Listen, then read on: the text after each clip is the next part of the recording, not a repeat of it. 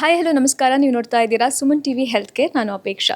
ವೈದ್ಯಕೀಯ ಕ್ಷೇತ್ರದಲ್ಲಿ ದಿನದಿಂದ ದಿನಕ್ಕೆ ಸಾಕಷ್ಟು ಡೆವಲಪ್ಮೆಂಟ್ಸ್, ಅಡ್ವಾನ್ಸ್ಮೆಂಟ್ಸ್ ನಡೀತಾನೆ ಇದೆ. ಸೊ ಇದೇ ಮಾರ್ಗದಲ್ಲಿ ನಾವೊಂದು ಹೊಸ ಅಡ್ವಾನ್ಸ್ಡ್ ಟ್ರೀಟ್ಮೆಂಟ್ ಬಗ್ಗೆ ಮಾತಾಡ್ತಿದ್ವಿ. ಆ್ಯಕ್ಚುಲಿ ಇದು ಹೊಸದಲ್ಲ, ಬಟ್ ತುಂಬ ಜನಕ್ಕೆ ಇದ್ರ ಬಗ್ಗೆ ಅವೇರ್ನೆಸ್ ಇಲ್ಲದೆ ಇರೋದ್ರಿಂದ ಇದನ್ನು TAVR ಟ್ಯಾವರ್ ಅಂತ ಕರೀತಾರೆ. ಓಪನ್ ಹಾರ್ಟ್ ಸರ್ಜರಿಯ ರಿಪ್ಲೇಸ್ಮೆಂಟ್ ಆಗಿ ಈ ಒಂದು ಟ್ರೀಟ್ಮೆಂಟನ್ನು ನೀಡಲಾಗುತ್ತೆ. ಇದ್ರ ಬಗ್ಗೆ ಸಾಕಷ್ಟು ಮಾಹಿತಿನ ತಿಳಿಸಿಕೊಡೋದಕ್ಕೆ ಇವತ್ತಿನ ಕಾರ್ಯಕ್ರಮದಲ್ಲಿ ನಮ್ಮ ಜೊತೆಗೆ ನಾರಾಯಣ ಇನ್ಸ್ಟಿಟ್ಯೂಟ್ ಆಫ್ ಕಾರ್ಡಿಯಾಕ್ ಸೈನ್ಸಸ್ನ ಹಿರಿಯ ಹೃದ್ರೋಗ ತಜ್ಞರಾಗಿರುವಂತಹ ಡಾಕ್ಟರ್ ಸಂಜಯ್ ಮೆಹ್ರೋತ್ರ ಅವರಿದ್ದಾರೆ. ಸರ್ ನಮಸ್ತೆ. ನಮಸ್ತೆ.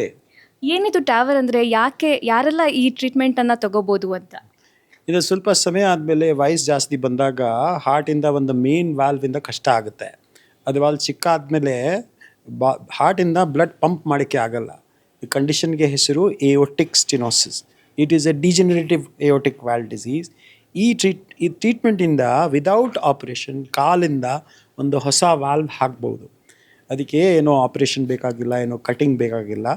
1-2 ದಿವಸದಿಂದ ಪೇಷಂಟ್ ಟ್ರೀಟ್ಮೆಂಟ್ ಆಗುತ್ತೆ. 2 ದಿವಸ ಆದಮೇಲೆ ಮನೆಗೆ ಹೋಗ್ಬೋದು. ಆ್ಯಂಡ್ ತುಂಬ ಎಲ್ಲ ಕಷ್ಟ ಕಮ್ಮಿ ಆಗುತ್ತೆ ಪೇಷಂಟ್ಸ್ಗೆ. ತುಂಬ ಕ್ವಾಲಿಟಿ ಆಫ್ ಲೈಫ್ ತುಂಬ ಇಂಪ್ರೂವ್ಮೆಂಟ್ ಆಗುತ್ತೆ. ಸೊ ಇದು ಟ್ರೀಟ್ಮೆಂಟ್ಗೆ ಹೆಸರು TAVR ಅಥವಾ TAVI. We call it trans aortic valve implantation or trans aortic valve replacement. Okay. So quality of life increase ಆಗುತ್ತೆ ಅಂತ ಹೇಳಿದ್ರಿ. ಈ ಪೇರೆಂಟ್ಸ್ನ ಕ್ವಾಲಿಟಿ ಆಫ್ ಲೈಫ್ನ ಇನ್ಕ್ರೀಸ್ ಮಾಡೋದಕ್ಕೆ ಮಕ್ಕಳು ಯಾವ ರೀತಿ ಕೇರ್ ಟೇಕ್ ಮಾಡಬೇಕು ಅಂತ sir? So time to time ಎಲ್ಲ ಜನಕ್ಕೆ, ಎಲ್ಲ ಪೇರೆಂಟ್ಸ್ಗೆ ಒಂದು ಸರಿ after about 50 years of age ಒಂದು ಚೆಕಪ್ ಬೇಕು. ಚೆಕಪ್ಪಿಂದ ಬ್ಲಡ್ ಟೆಸ್ಟು ಜೊತೆಗೆ ECG, ಎಕೋ, ಎಕ್ಸ್ರೇ ಎಲ್ಲ ಟೆಸ್ಟ್ ಮಾಡಿದ್ಮೇಲೆ ಇಲ್ಲ ಅರ್ಲಿ ಡಿಟೆಕ್ಷನ್ ಬಂದಾಗ ಅರ್ಲಿ ಟ್ರೀಟ್ಮೆಂಟ್ ಮತ್ತು ಪ್ರಿವೆನ್ಷನ್ ಮಾಡಬಹುದು.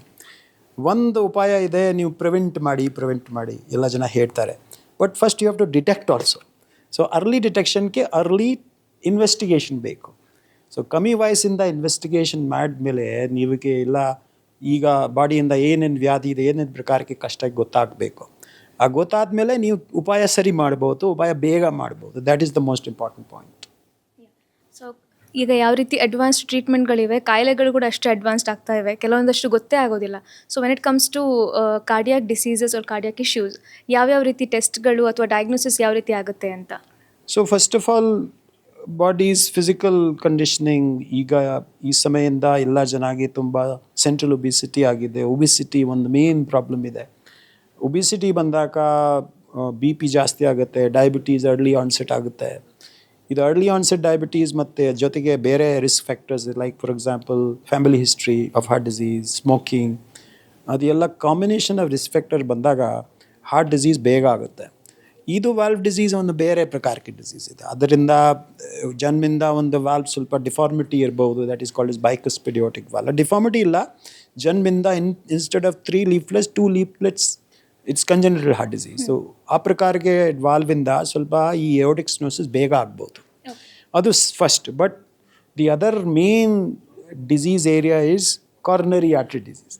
ಹಾರ್ಟ್ಗೆ ರಕ್ತನಲ್ಲಿಯಿಂದ ಬ್ಲಾಕೇಜ್ ಬಂದಾಗ ಹಾರ್ಟ್ ಅಟ್ಯಾಕ್ ಬೇಗ ಆಗ್ಬೋದು. ಮತ್ತು ನಡೆಯುವಾಗ ಚೆಸ್ಟ್ ಪೇನ್ ಬರುತ್ತೆ, that's called is angina. Heart fail ಆಗಬಹುದು. ಸೊ ಇದು ಟ್ರೀಟ್ಮೆಂಟ್ ಮಾಡೋಕ್ಕೆ ಮುಂಚೆ ನಿಮಗೆ ಅರ್ಲಿ ಡಿಟೆಕ್ಷನ್ ಬೇಕು.